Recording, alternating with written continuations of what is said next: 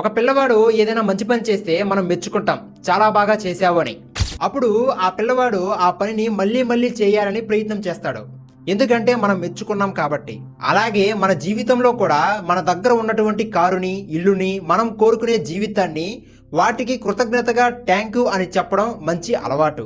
ఉదయం నిద్ర లేచినప్పటి నుంచి రాత్రి పడుకునే వరకు మనం చేసే ప్రతి చిన్న విషయానికి కృతజ్ఞత చెప్పడం ద్వారా మనలో ఒక పాజిటివ్ ఎనర్జీ పెరుగుతుంది. అది మన మైండ్ ని ఒక నెగిటివ్ నుంచి ఒక పాజిటివ్ కి తీసుకువెళ్లే ఒక బ్రిడ్జి లాగా పనిచేస్తుంది. అది ఎలాగో ఇప్పుడు చూద్దాం. మీరు ఒక షోలో కూర్చుని ఉన్నారని ఊహించుకోండి. స్టేజ్ మీద ఒక అతను స్టాండప్ కామెడీ చేస్తున్నాడు. అతను చెప్పే కామెడీ మాటలు మీకే కాదు, పక్కన ఉన్న వాళ్ళకు కూడా హాస్యం పండిస్తున్నాయి. అందరూ గట్టిగా నమ్ముతున్నారు. మీకు కూడా ఆ కామెడీ నచ్చింది. వెంటనే షో ముగిసింది.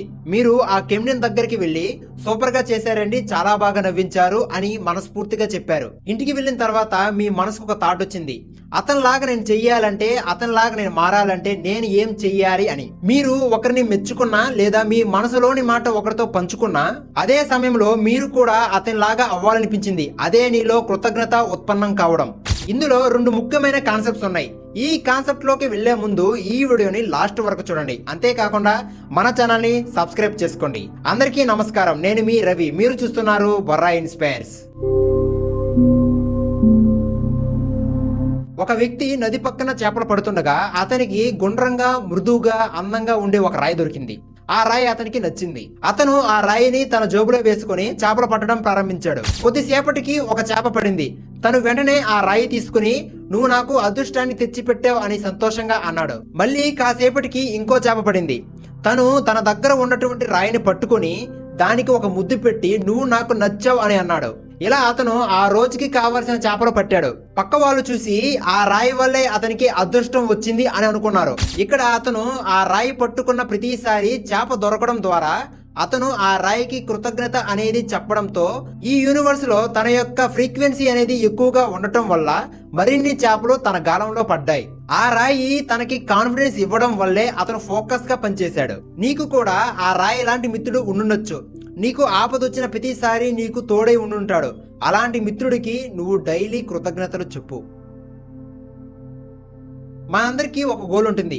ఒకరికి కార్ కావచ్చు, మరొకరికి ఎడ్యుకేషన్ లో ర్యాంక్ కావచ్చు, ఇంకొకరికి ఇల్లు కావచ్చు. ఆ గోల్ కి చేరుకోవడానికి తేలికగా అయిపోదు. కానీ ఒక పవర్ఫుల్ మెథడ్ ఉంది, అదే విజువలైజేషన్. నీకు కావలసిన గోల్ ని ఒక్కసారి కళ్ళు మూసుకొని అది నీ దగ్గర ఉందని ఊహించుకో. నువ్వు నీ ఇంట్లో లైట్ ఆన్ చేస్తున్నావు, బయట నుంచి నీ ఇల్లును చూస్తున్నావు. అలా విజువలైజ్ చేసుకో.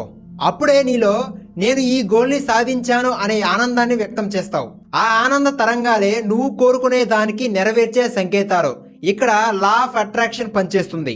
ఇది నీకు ఇంకా స్ట్రాంగ్ గా కావాలంటే ఆ గోల్ ని ఒక పేపర్ పై రాసి, లేకపోతే ఒక ఫోటోగా ప్రింట్ తీసుకుని నీకు రోజు కనిపించే చోట, బెడ్ మీద కానీ లేకపోతే సోఫా పక్కన పెట్టు.